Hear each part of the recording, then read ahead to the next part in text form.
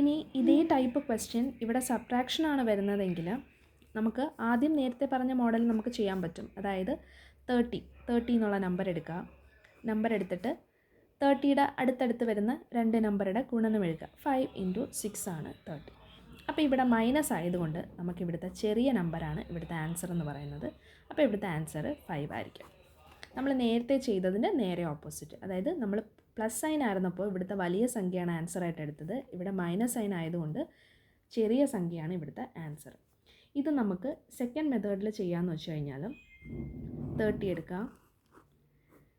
Plus sine ആവുമ്പോൾ ഈ number കഴിഞ്ഞ് വരുന്ന പെർഫെക്റ്റ് സ്ക്വയർ ആണ് നമ്മൾ എടുക്കേണ്ടത്. പക്ഷേ ഇവിടെ മൈനസ് സൈൻ ആയതുകൊണ്ട് 30ന് മുമ്പുള്ള പെർഫെക്റ്റ് സ്ക്വയർ. അപ്പോൾ ഇവിടെ 25 ആണ് വരുന്നത്.